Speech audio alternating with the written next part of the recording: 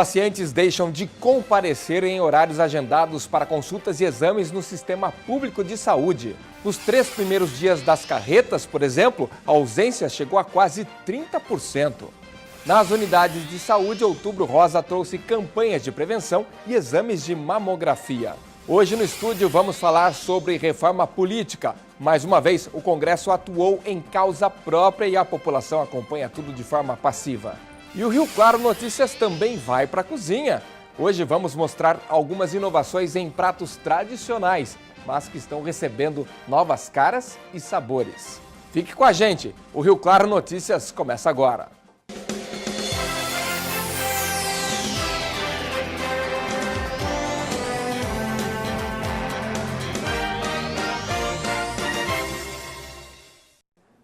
Boa tarde. As filas de espera por uma consulta ou procedimento de saúde com certeza chamam a atenção em todo lugar. E aqui não é diferente. Até a chegada das carretas a Rio Claro, a lista chegava a 37 mil atendimentos. A população, é claro que sofre com isso, mas sempre existe o outro lado. O índice de não comparecimento aos horários reservados para o paciente é grande. Em alguns casos, chega a 30%. A sala de espera fica cheia. Aqui tá todo mundo aguardando uma consulta médica e a Geni é uma delas. Faz quase 3 anos que ela tenta uma cirurgia de endometriose. Nesse meio tempo foram várias idas ao médico. Muitas. Agora, quantas não sei, mas eu fui várias consultas. Nunca perdi nenhuma consulta. Hoje, por exemplo, que hora tá marcada a sua consulta? Tá marcada para 7 horas. Quando foi 10 para 7, eu estava aqui na fila já aguardando. Mas infelizmente não é todo mundo que pensa assim. O número de pessoas que faltam às consultas é muito grande. Só para a gente ter uma ideia, aqui na UBS do Cervezão passam aproximadamente 300 pessoas todos os dias e a taxa dos que faltam chega a quase 50%. Isso causa transtornos não só aos funcionários, mas principalmente à população.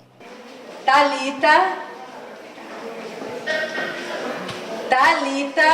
Exatamente, além da atendente ter esse trabalho todo de chamar várias vezes, a Thalita acaba ocupando uma vaga que não pôde ser remarcada e aí vai aumentando as filas. Nas unidades básicas de saúde, nas unidades de saúde da família, a consulta demora pelo menos 30 dias até ser agendada. A gente acaba perdendo essas vagas porque esses pacientes não vêm e aí a gente tem um transtorno maior ainda, porque depois a gente vai ter que encontrar, muitas vezes, uma nova vaga para esse mesmo paciente que não veio, às vezes de forma justificada, né? E o paciente que realmente precisa acaba ficando sem o atendimento. E o que também serve de estímulo é que essas pessoas poderão remarcar o atendimento, mesmo que não tenham uma justificativa para a ausência. As pessoas elas não querem aguardar para passar no especialista ou passar no clínico, elas querem ser atendidas naquele momento. Por isso é que muitas vezes eles acabam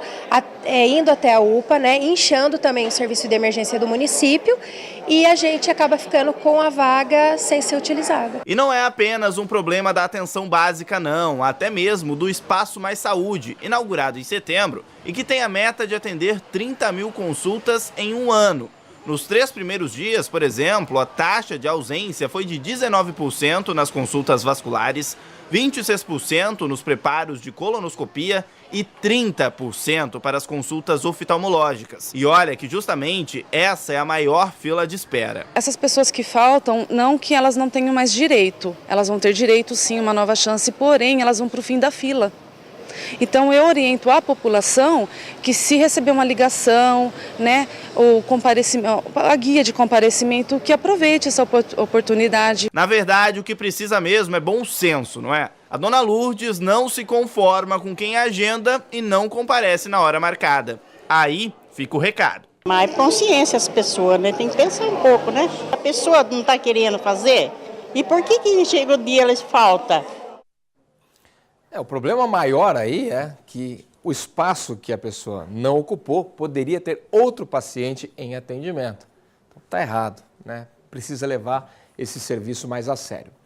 Uma carreta tombou na alça de acesso à rodovia Washington Luiz, ali perto da entrada do distrito de Batovi.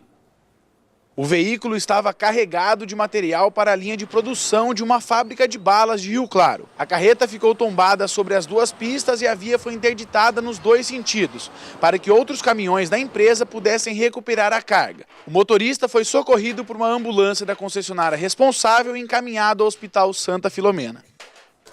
Nós entramos em contato com o Hospital Santa Filomena para saber o estado de saúde do motorista. Aparentemente não houve ferimentos graves, mas o hospital informou que não poderia passar mais informações via telefone. Fique agora com as vagas do PAT aqui de Rio Claro.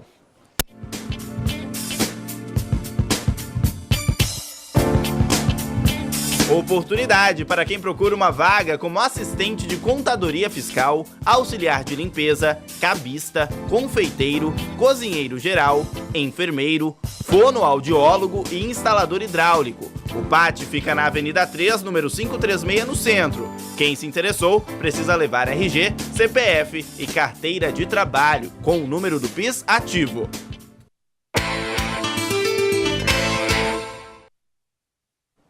Hora do Direito do Trabalhador aqui no Rio Claro Notícias, comigo o doutor Gilberto Urola, para falarmos um pouquinho mais sobre reforma trabalhista. A data para entrar em vigor está chegando 11 de novembro, é isso, doutor? Tudo bem? Opa, tudo bem, Paulo, graças a Deus. 11 de novembro a reforma entrará em vigor.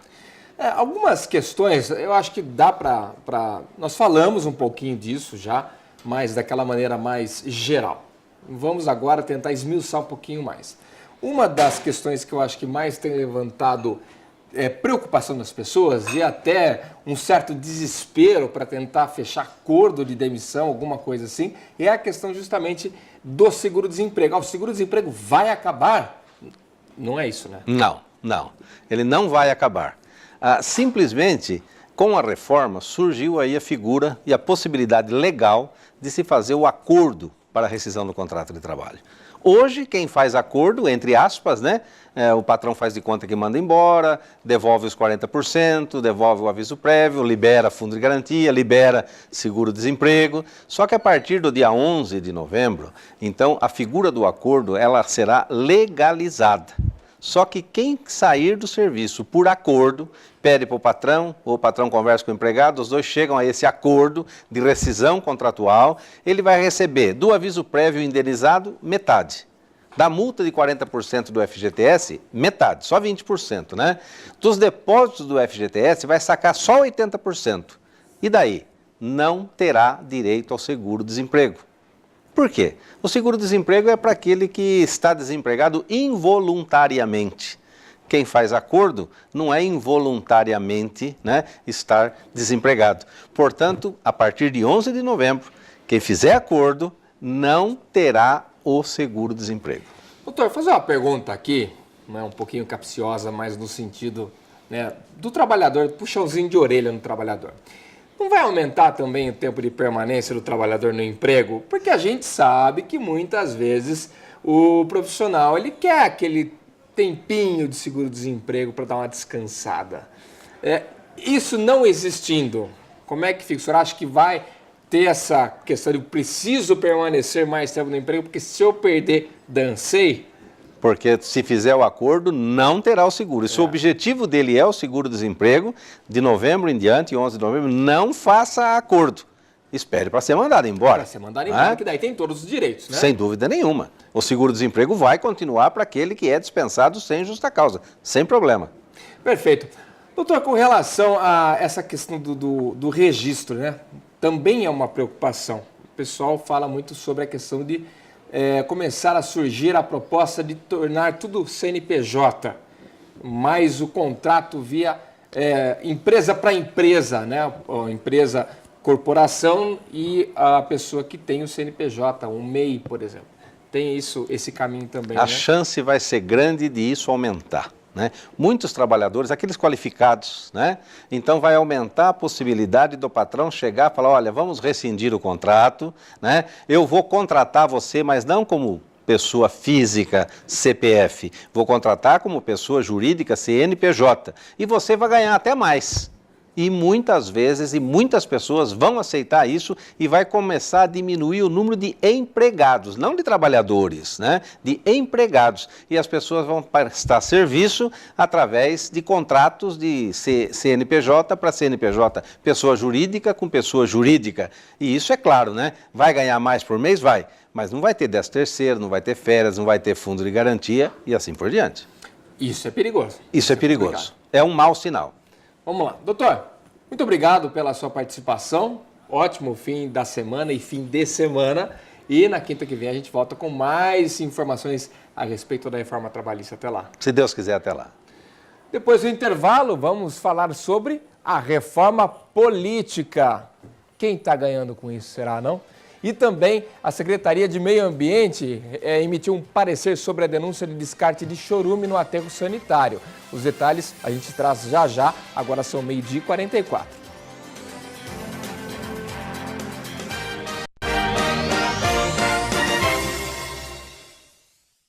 O Ministério Público de Rio Claro divulgou o resultado de um relatório emitido por uma secretaria da Prefeitura que analisou a situação da denúncia do descarte de chorume no aterro sanitário. 2 semanas após a primeira denúncia, a Secretaria do Meio Ambiente encaminhou um relatório para o Ministério Público. De acordo com o documento, o órgão conclui que, a partir das investigações, a empresa Sustentar e Saneamento cometeu ato impróprio ao negligenciar que havia chorume tratado vazando continuamente da boca da tubulação, que só deveria, na verdade, ser usada para o carregamento de caminhões-pipa para o transporte do chorume até uma área regular. Porém, o dano poderia ser ainda maior.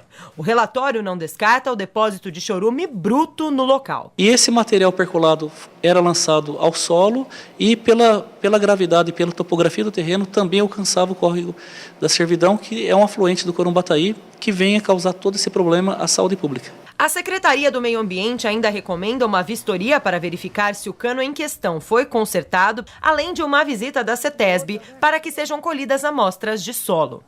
A denúncia inicial veio após a Operação Bota Fora, realizada pela Polícia Ambiental. Na ocasião, a PM apontava o possível descarte de chorume, que é o caldo que surge pela decomposição do lixo doméstico, em área de preservação permanente, às margens do córrego da Servidão. O aterro sanitário municipal é administrado por uma empresa terceirizada, a Sustentar e Saneamento, responsável pelo tratamento e deslocamento do chorume até áreas licenciadas. Fotos feitas pela Polícia Ambiental e as denúncias sobre descarte ilegal da substância chamaram a atenção do Ministério Público, que abriu um inquérito sobre o caso.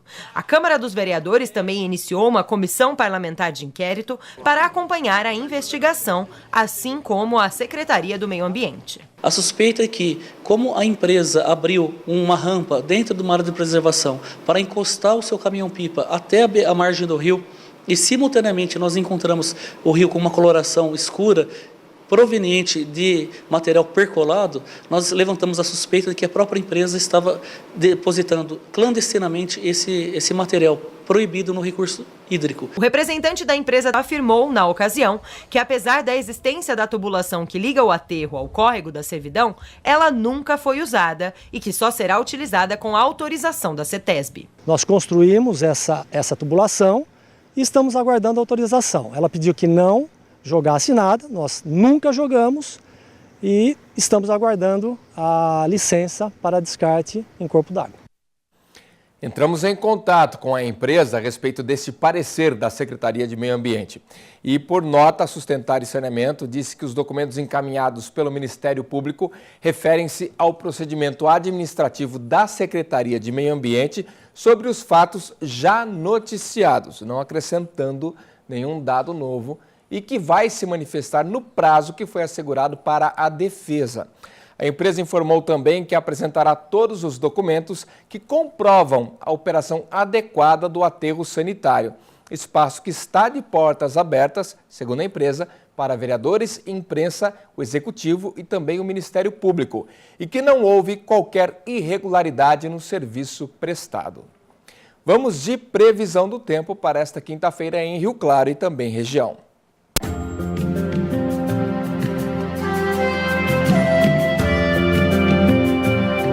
O sol já aparece com mais força nesta quinta-feira em todo o estado. Faz calor de temperaturas já na casa dos 30 graus. E novamente, né? Pelo menos agora não há previsão de outra frente fria que traga chuva para a região. Então, com o clima voltando a esquentar, é bom retomar os cuidados para evitar a desidratação, por exemplo. Em Ipeúna, a máxima chega agora à tarde nos 30 graus. Em Piracicaba, dia mais quente ainda, viu? Máxima de 32 e mínima de 18. Em Rio Claro, a variação vai dos 30 graus de máxima no meio da tarde para a mínima de 16 durante a madrugada. Olha, o assunto agora no Rio Claro Notícias é a reforma política. Comigo aqui o doutor Felipe Falcão, ele que é presidente da Comissão de Direito Constitucional e Acompanhamento Legislativo da OAB aqui de Rio Claro. Tá correto, né, doutor? É isso mesmo. Então, tudo bem? Tudo bem, boa tarde, Paulo. Boa tarde a todos os telespectadores da TV Claré. Sempre um prazer muito grande estar aqui com vocês. Bom, nós aqui, né, do jornalismo da TV Claré, nesta cruzada para falar um pouquinho dessa reforma política, porque é uma verdadeira cruzada, que... Né, no ponto de vista, né, dos profissionais aqui da comunicação, doutor, não leva a lugar nenhum a não ser para eles mesmos. Mas é sempre bom ouvir de um especialista o que significa, na verdade, essa reforma política proposta no Congresso Nacional. Nesta madrugada, como a gente até já tinha brincado antes que ia ser votado na calada da noite, aprovaram o fundão de 1 bilhão e 700 milhões de reais para custear campanhas deles mesmos. O que dá para a gente fazer de balanço sobre essa reforma política, doutor? Paulo, veja só, eu entendo que, na verdade, essa criação desse fundão nada mais foi do que uma tentativa de recuperar aqueles financiamentos privados, de empresas privadas, que foi proibido já há um tempo, ano passado, através de uma legislação e já por uma decisão do Supremo Tribunal Federal. Entendo que a democracia tem um custo. Né? Nós temos um sistema democrático e ela tem um custo, ela precisa de dinheiro.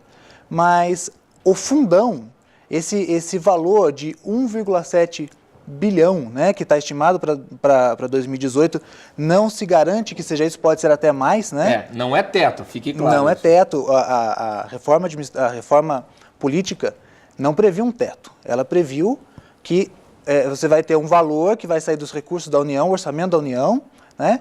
E mais também, já não vai mais ter aquela isenção fiscal das empresas de rádio e televisão, né, da concessão do espaço para a campanha eleitoral gratuita.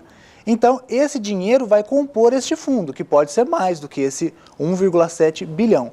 Entendo, num primeiro momento, a minha análise precisava recuperar esses valores para financiar essas campanhas. Como?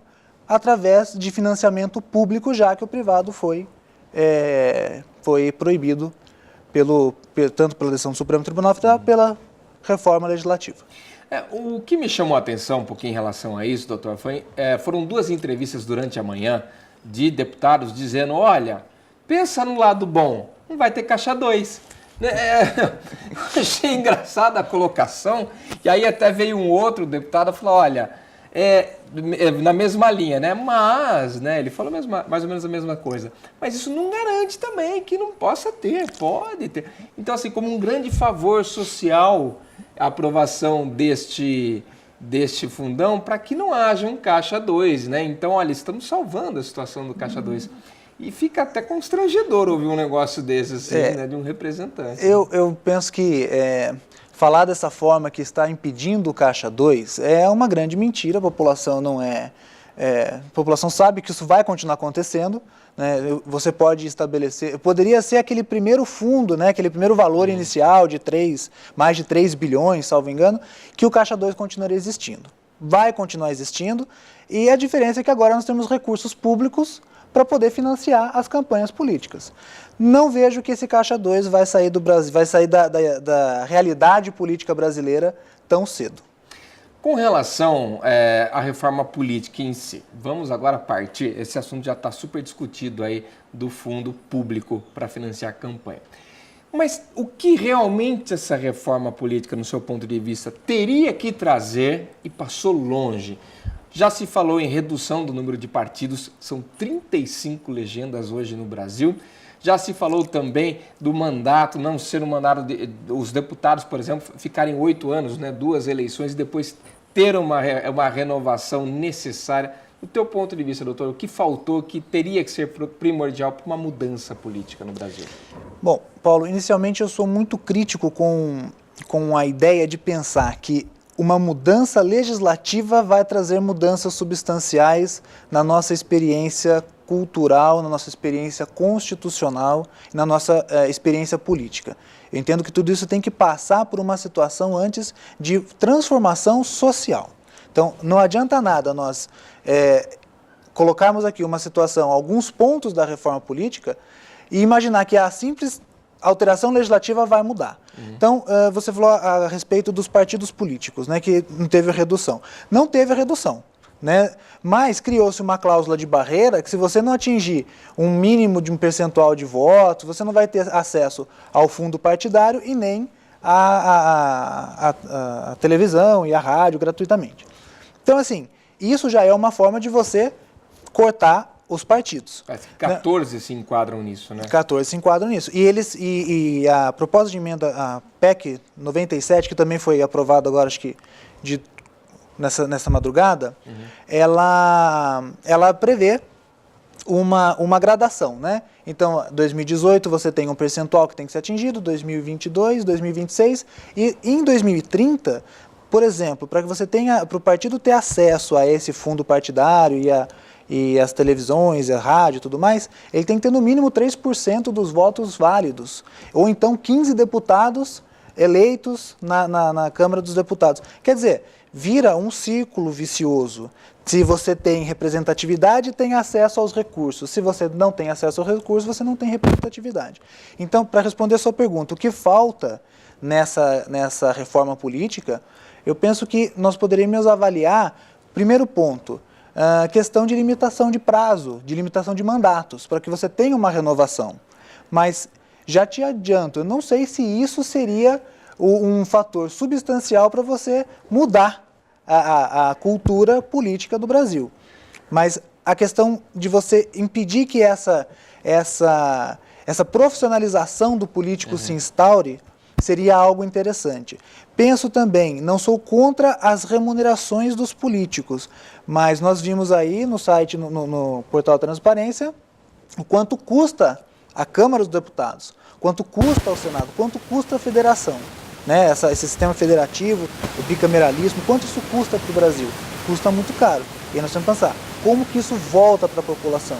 E nós sabemos que volta de uma forma muito precária.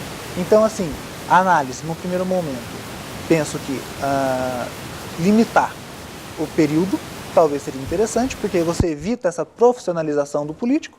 E o segundo ponto, talvez passar aí por uma reanálise dos gastos do Poder Legislativo e do Poder Executivo no âmbito nacional, estadual e municipal. Exatamente, olha. Acho que valeria a pena pensar nisso aí, mas eles não vão pensar por conta própria. Teria que ter uma mobilização um pouquinho maior de mídia, OAB, de repente, num processo, e a população mais do que todo mundo interessada nisso. Eu sempre falo assim, eu tive uma professora de direito eleitoral que ela falava assim, ninguém legisla contra os seus interesses, né? Então busca sempre manter aquilo que se tem. E nós vimos hoje, pelo menos uma análise sumária do que foi votado essa madrugada, é exatamente isso, busca se manter o que se tem. Doutor, muito obrigado pela sua participação. Nosso tempo não é tão longo no jornal aqui para discutirmos esse assunto, mas ele vale realmente sempre essa reflexão aqui para o nosso telespectador, de repente ajudar a criar essas opiniões, a própria opinião a pessoa cria, mas através das informações que nós vamos passando aqui. Muito obrigado, viu? Eu que agradeço, Paulo, agradeço a todos e espero ter contribuído com um tema tão importante para o Brasil. Muito obrigado mais uma vez. Olha, depois do intervalo tem Outubro Rosa, uma campanha está rolando em 4 unidades de saúde aqui de Rio Claro para exames e orientações. Os detalhes já já.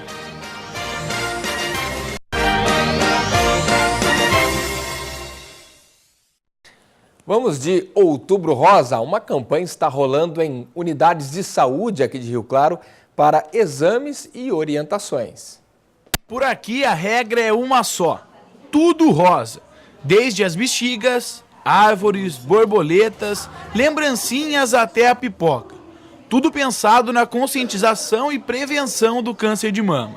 Quanto mais cedo a gente detectar, né, mais rápido é a chance, maior é a chance de cura, né, e menos invasivo é o tratamento. O câncer de mama é o mais comum entre as mulheres. De acordo com o Instituto Nacional do Câncer, só no ano passado ocorreram quase 58 mil casos no Brasil. O diagnóstico e o tratamento precoce aumentam as chances de cura. Tá vendo esse recado aí?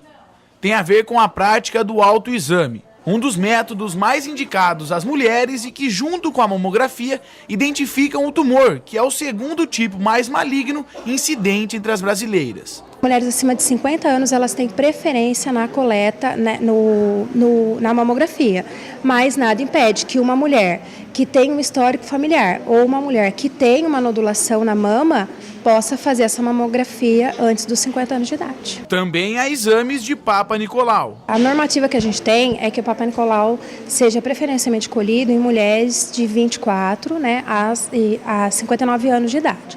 Mas a gente sabe que, dependendo da situação de risco que essa mulher pode estar, aconselha-se que ela faça essa coleta antes até. Durante esta semana, 4 das 7 unidades básicas de saúde de Rio Claro tiveram um horário estendido para aumentar a demanda de exames e atividades. Outro ponto é que as mulheres que moram longe dessas UBSs, onde acontece a campanha, receberão nas unidades mais próximas o resultado dos exames. Não precisa necessariamente estar agendado, a gente está também agendando durante a semana, mas se o paciente chegar trazendo os documentos e o cartão SUS, ela vai fazer essa coleta já na hora e ela pode vir de qualquer unidade. A dona Maria do Socorro sabe a importância deste acompanhamento. Sempre faço o toque, que eles sempre estão falando, passa na televisão, né?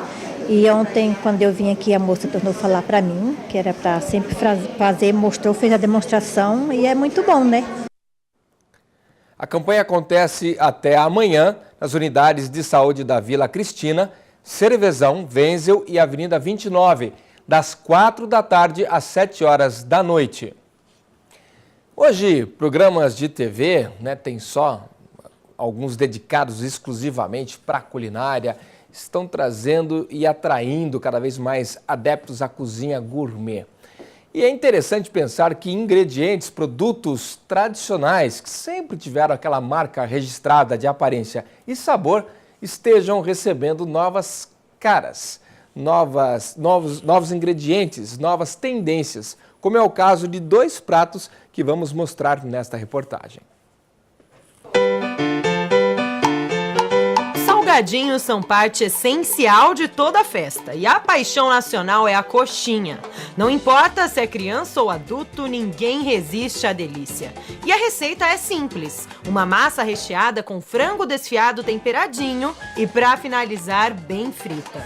Isso pelo menos na sua forma tradicional, mas nem o salgadinho mais famoso do Brasil saiu ileso do raio gourmetizador. Agora tem de todo jeito, pelo menos neste comércio, que resolveu montar um festival de coxinhas gourmet. Foi devido ao grande pedido dos clientes que gostam muito da massa, da coxinha, pedir sabores diferentes. Então a gente acabou levando essa ideia mais a sério, indo atrás, pesquisando, e foi aí que surgiu aí as nossas coxinhas gourmets. Há 6 anos, esta coxinha de frango com catupiry é o carro-chefe desta padaria. Mas há pouco tempo eles decidiram inovar. Agora existem mais 5 sabores bem diferentes e tem para todo gosto, viu? Tem coxinha de carne seca, de alcatra com provolone, de salmão, bacalhau e também a vegetariana. Além da tradicional, que vem em um tamanho caprichado, viu? São mais ou menos 400 delas vendidas por dia e quem faz grande parte destas delícias é a cozinheira Andrea, que já trabalha aqui há 5 anos. Ela monta os salgados de olhos fechados. E será que aproveita para comer também? Não posso comer porque eu tenho problema no estômago. Você faz e não pode comer? Não posso, essa tentação. Que ironia do destino, hein, Andrea? Olha, você pode não comer fritura, mas nas festinhas não é só isso que tem, não é? Muita gente espera ansiosa para que os doces sejam liberados. E eles agora também são gourmet. Para completar a festa e arrematar o apetite, no dia seguinte fomos conhecer a cozinha da Luciana, que faz pudins. A base é aquela tradicional, com leite, leite condensado e ovos, e a calda de caramelo. O pudim tradicional já dá água na boca, mas aqui nesta cozinha a Luciana conseguiu produzir muitos outros sabores. Estes são alguns exemplos deles, e fica até difícil lembrar de todas as receitas que compõem o cardápio desta cozinheira. Tradicional, paçoca. Doce de leite, café, leite ninho, farinha láctea. Doce de leite, já falei? Doce de leite, manjar de coco branco, manjar de coco queimado, pistache, vinho Malbec, chocolate belga amargo, chocolate belga branco, churros. Amarena, chocolate branco com champanhe, já não sei. Ao todo são 20 sabores e alguns deles bem diferentes, como o recém-inventado de amarena. E tem também de pistache, chocolate branco com champanhe, pudim de vinho Malbec e até no pote. E a Luciana não para, está todo dia tendo uma nova ideia. Cada um deles com um toque especial. Aí, para ficar lindo assim, é preciso recorrer a forças maiores na hora de desenformar. Uma oração pro Santo Pudim e que todo dia quando eu vou desenformar eu faço isso. É isso, não tem. É realmente muita dedicação, muita tranquilidade, né? Certeza naquilo que você está fazendo. Acontece? Acontece. Pode vir a acontecer. Em 2 anos e meio aconteceu uma única vez, graças ao meu Santo Pudim. Eu acho que ele existe, na verdade. Acho que eu não inventei, não. Acho que ele já existia. Coxinha tradicional ou com recheios pra lá de diferentes, pudim de leite condensado ou produto de ideias geniais. Cozinha tradicional ou gourmet. O que não pode faltar é aquele ingrediente da comida de vó, o amor. E aqui nestas mãos, isto tem de sobra.